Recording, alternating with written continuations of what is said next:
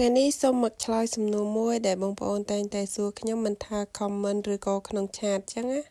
គាត់សួរថាថៅកែរបស់ខ្ញុំរើមនុស្សទៀតអត់ថៅកែរបស់ខ្ញុំអត់រើមនុស្សទៀតទេគាត់ប្រាប់ថាគាត់បានយកនេប៉ាល់មកថែម2នាក់ទៀតហើយចឹងមកដល់ខែ4ថ្ងៃទី16នឹងហើយអញ្ចឹងគាត់អត់យកទៀតទេបងប្អូនទាំងអស់គ្នា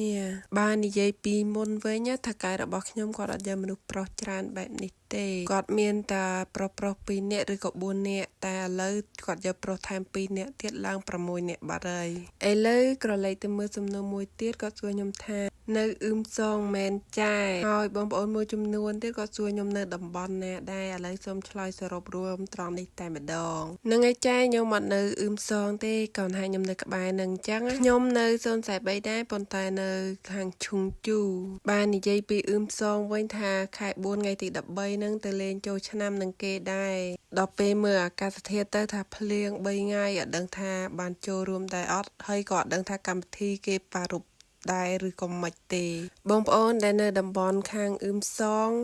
ថ្ងៃទី13ខែ4នឹងមានភ្លៀងដែរអត់ជួយ comment ប្រាប់ខ្ញុំម្នាក់មួយផងបើអត់មានភ្លៀងទេសូមតែចូលរួមកម្មវិធីចូលឆ្នាំនឹងគេដែរបាននិយាយពីបងប្អូនដែលរស់នៅខាងតំបន់ខ្ញុំនេះវិញគិតថានាំគ្នាទៅចូលរួមច្រើនតែដល់ពេលកលេចទៅមើលអាកាសធាតុអត់ដឹងថាមិនមកដែរនោះទេខ្ញុំនេះមកកូរ៉េយូរហើយតែអត់ដែលឮថាមានកម្មវិធីអីនៅក្បែរតំបន់ខ្លួនឯងនោះទេដល់ពេលមានម្ដងមានណាមានមេឃភ្លៀងទៀតឥឡូវក្រឡេកមើលសាឡាត់យើងម្ដងបងប្អូនទាំងអស់គ្នាសាឡាត់ដែលខ្ញុំកំពុងបេះហ្នឹងគឺគ្នា3នាក់ពេលព្រឹកនិយាយពីថៅកែរបស់ខ្ញុំវិញគឺគាត់អត់ដើរមកអឺតមើលពួកខ្ញុំសោះ2ថ្ងៃនេះគាត់ដឹកពួកខ្ញុំមកដល់កន្លែងធ្វើការហើយគឺគាត់ទៅបាត់ហើយអត់មានមកអឺតមើលកូនចៅតាធ្វើការមិនអីអត់សោះគាត់មកដឹកពួកខ្ញុំនេះតែពេលម៉ោងហូបបាយហើយនឹងម៉ោងចេញពេលល្ងាចចឹងណាចំណែកម៉ោងធ្វើការកូនចៅចង់ធ្វើមិនធ្វើទៅអត់មានមកអឺតអីសោះដល់ពេលគាត់អត់មកអឺតចឹងបងប្អូនហើយគាត់ថារឿងស្ងាត់ឆឹង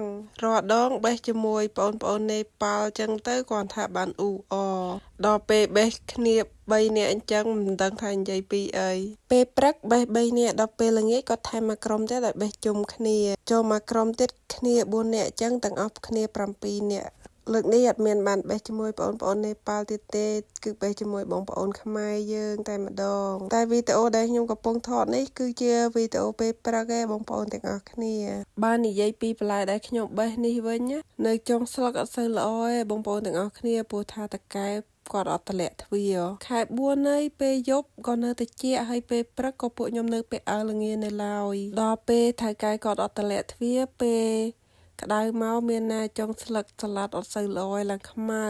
អ្នកបេះរឿងពិបាកមើលបន្តិចហើយបេះមានលឿនអីអូខេបងប្អូនទាំងអស់គ្នាវីដេអូមានតែប៉ុណ្្នេះទេជួបគ្នាវីដេអូក្រោយទៀតបាយបាយ